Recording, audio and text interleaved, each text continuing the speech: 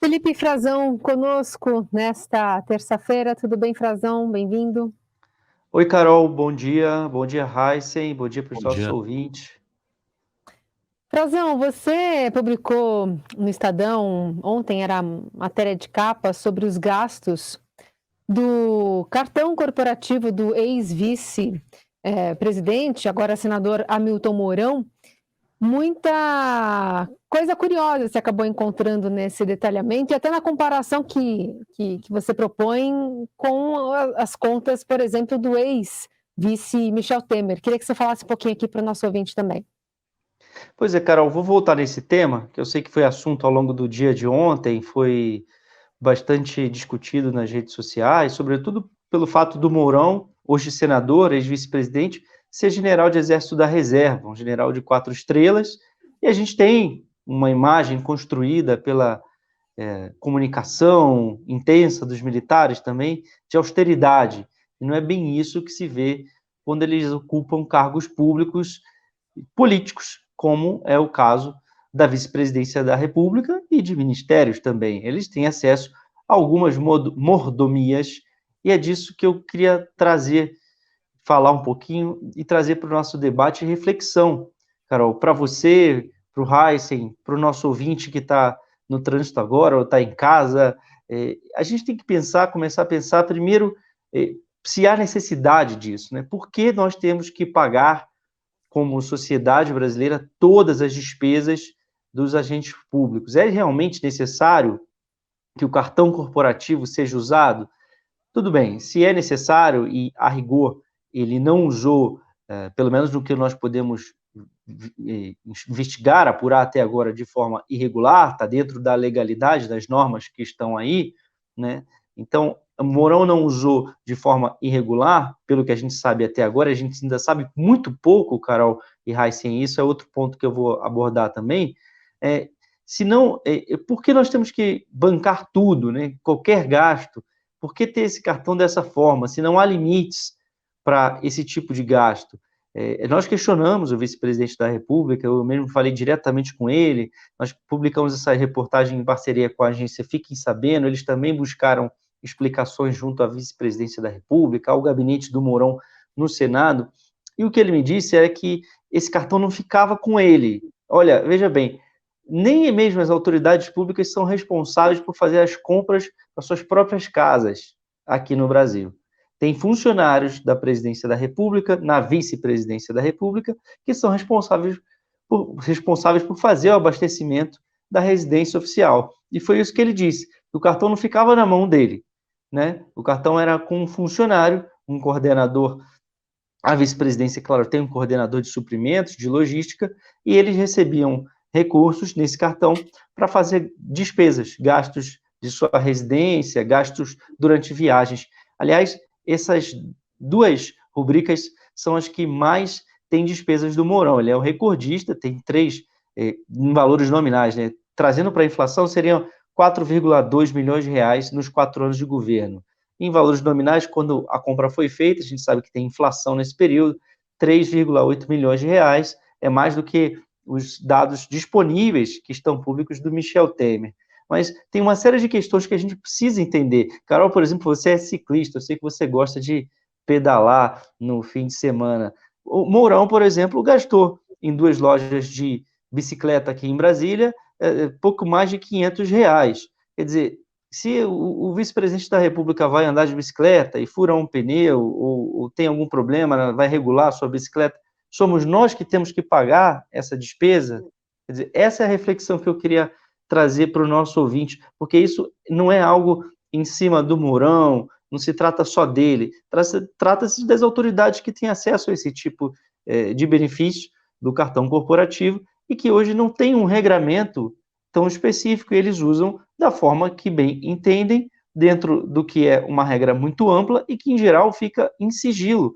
Não dá nem ainda para a gente saber, Carol, se foi o pneu da bicicleta que furou, se foi algum problema de regulagem ou de uma peça, se ele comprou uma Tudo genérico lanterna, ainda, né? um freio. A gente sabe que teve um gasto nesse valor, nesse momento, em 2 lojas de bicicleta, e isso veio a público só depois que ele saiu do mandato dele, que se encerrou o mandato. Até então os dados ficam em sigilo, em caráter reservado, quer dizer, não é permitido um acompanhamento a tempo real das despesas da vice-presidência da República, tampouco da presidência. E depois a gente ainda tem uma dificuldade enorme para ter acesso às notas fiscais, Carol, para saber exatamente o que foi adquirido, comprado, o que serviço ele usou, se numa loja de bicicleta, tem a loja de açaí, sorveteria, quer dizer, alguns gastos que parecem, no mínimo, supérfluos, né? E por que a gente paga tudo isso, né? Essa é a reflexão que eu queria trazer. Por que isso fica tanto tempo em sigilo? Porque isso não tem nada a ver com segurança nacional, né? Não tem o menor impacto na segurança do vice-presidente e de sua família. Então, tem uma série de questões que vem à tona quando se trata desses gastos do cartão corporativo. Eu acho que era importante a gente trazer isso para a nossa reflexão, e dali tem toda na reportagem, todo o detalhamento. Os gastos maiores são com o supermercado, tem o supermercado gourmet que também abastecia a família Bolsonaro no Palácio da Alvorada, um mercadinho aqui em Brasília com mais de 300 mil reais, outros supermercados comuns aqui em Brasília, e em outras cidades do país, muito dinheiro, né, também investido nas viagens do Mourão. Ele não era, talvez uma explicação, ele não deu essa explicação, mas o que eu posso trazer para o nosso ouvinte é que o Mourão ele não era um vice com tão poucas funções como teve Michel Temer, né? Ele tinha uma função do Conselho da Amazônia Legal, ele desempenhou durante uma boa parte do mandato do Bolsonaro, até por ter uma desconfiança naquela relação no dia a dia, não ter uma afinidade tão grande, embora eles tenham se entendido na época das eleições para disputar a atual cadeira dele de senador, eles tenham se reaproximado um pouco. Durante muito tempo havia desconfiança do Bolsonaro em relação a ele, e ele desempenhava funções diplomáticas, então viajou para posses no exterior, representando o Brasil, levou diplomatas para conhecer a Amazônia, e tem muita grana, né, com serviço de bordo das aeronaves oficiais, que são da Força Aérea Brasileira, e serviam ao vice-presidente. Tem um avião reservado para o vice-presidente da República. Esse serviço a pessoa contrata no local em que ela está. Então, tem gastos em Lisboa, tem gastos no Egito, despesas no Uruguai, para ter esse serviço de bordo, que a gente ainda não consegue saber. Estamos, inclusive, tentando ter acesso a essas notas fiscais ainda, Carol e Heisen, para trazer o detalhamento para o nosso ouvinte, para saber o que exatamente era gasto. E é claro que, no fundo, a rigor, não era o Mourão que passava o cartão, mas a responsabilidade é dele, né? Ele é o chefe e aquilo era para servir a ele, inclusive, para algumas coisas que pode ser que tenham beirado interesses muito pequenos e particulares, como essa questão do ciclismo, né? Ele era ciclista amador. Quantas vezes não estivemos de plantão no Palácio do Alvorada, esperando para alguma atividade do presidente da República, em fim de semana, e ele passava pedalando ao redor. Tudo bem, vamos aguardar, porque pelo visto ainda há mais revelações serem feitas, mais detalhamentos desses gastos todos. Fiquei curiosa só com a vida ciclista também da Dilma Rousseff, que a gente via pedalando. Ela também pedalava, né? Não sei se ela também pagava alguma coisa com também pedalava. Também esses dados, inclusive, Raíssa e Carol, ficam durante muito tempo classificados, né? Tem alguns dados que eles vão sendo desclassificados, a gente tem que pedir, solicitar e ir consultando. Esse é o grande problema. Carol, Raíssa, só do Mourão, isso fica num arquivo público na frente da presidência, e a gente tem que pedir para desarquivar os documentos. Isso leva muitos dias. São 3.455 notas fiscais só do Mourão, só relacionadas à vice-presidência da República.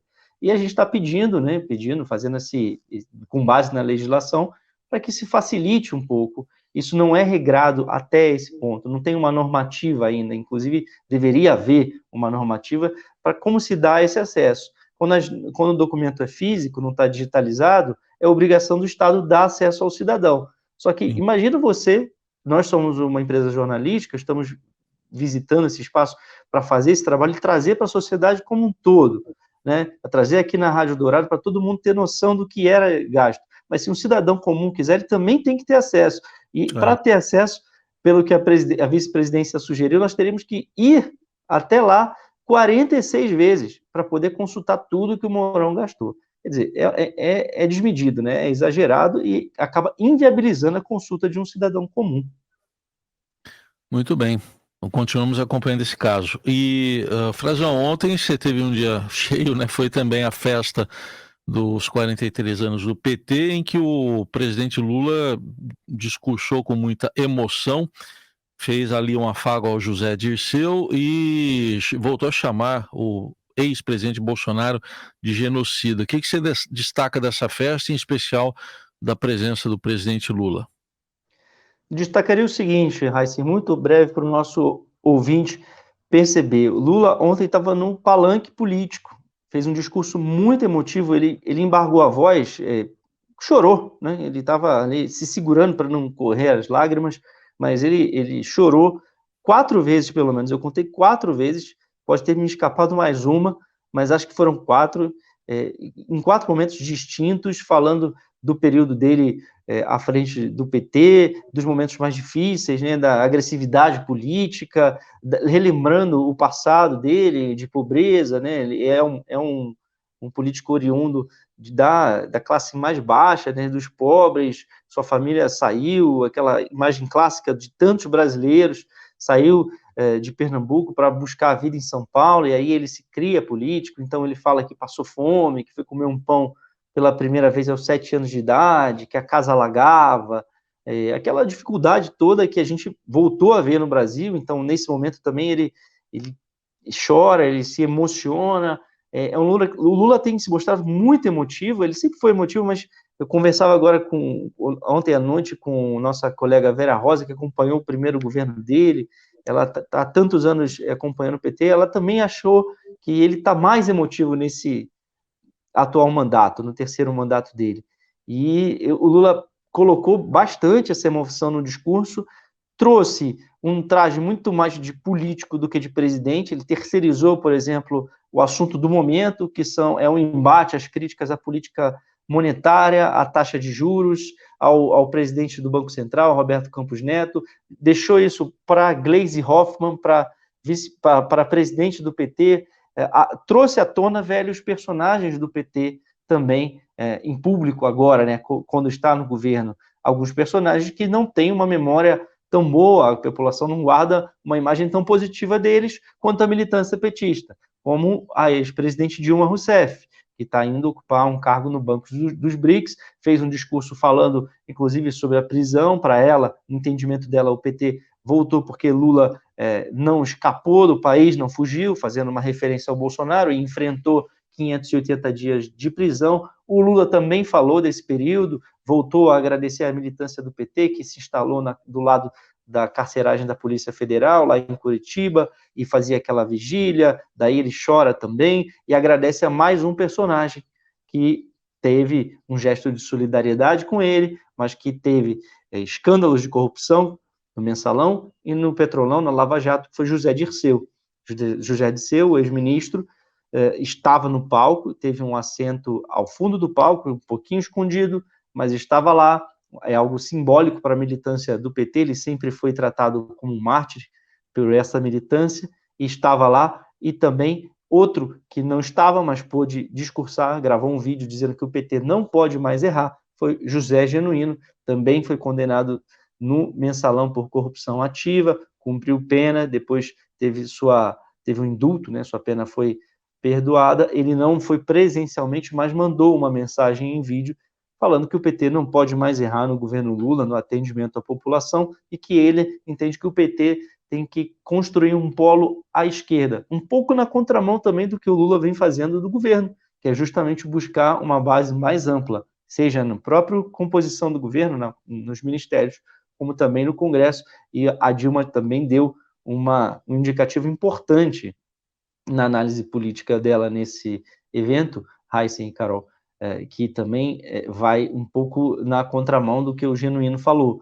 Construir um polo à esquerda, quando no entendimento da Dilma, e é verdade, ela está correta sobre isso, o novo Congresso é muito mais conservador, o desafio é muito maior para o PT para construir base política e poder governar, e ela aí sim demonstrou um pouco de... está antevendo um pouco o que pode ocorrer, né, que muitos petistas estão dizendo que é dificuldade do governo de governar, e um governo forte e não precisaria compor ou ceder tanto à base congressual. Isso está começando agora. A gente vai ver nessa semana e depois do Carnaval, com as primeiras votações mais importantes, o quão forte está ou não a base do governo Lula 3 no Congresso Nacional. Essa semana tem já um embate da composição das comissões, o poder, um pouquinho do poder da Câmara dos Deputados, que é repartido entre os partidos, e depois as votações em si, voltando do Carnaval. Carol e Raíssa. E aí, começando 2023. Começando para valer, né?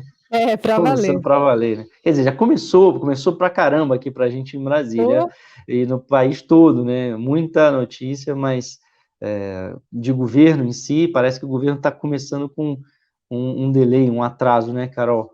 Né, Heisen? Porque ficamos com uma pauta policial, pauta de agressão política e democrática durante praticamente um mês inteiro de janeiro e esse inicinho de fevereiro, e parece que isso ainda vai caminhar com a gente durante muito tempo, né? A sensação que dá é essa, porque, claro, o Lula também não vai perder esse trunfo político de usar o bolsonarismo, o golpismo dos bolsonaristas como um fantasma contra o Jair Bolsonaro, que foi lembrado por ele ontem também, assim como o Bolsonaro usou durante seu mandato inteiro o PT como uma espécie de fantasma. Nossa, sou eu ou a volta do PT? Agora o Lula vai fazer o inverso, né? Vai sempre falar sem anistia, os golpistas na cadeia, como dizia ontem a militância do PT, justamente para fazer essa disputa política. Obrigada, Frazão. Até quinta. Tchau, tchau. Até quinta-feira. Um abraço a todos. Obrigado.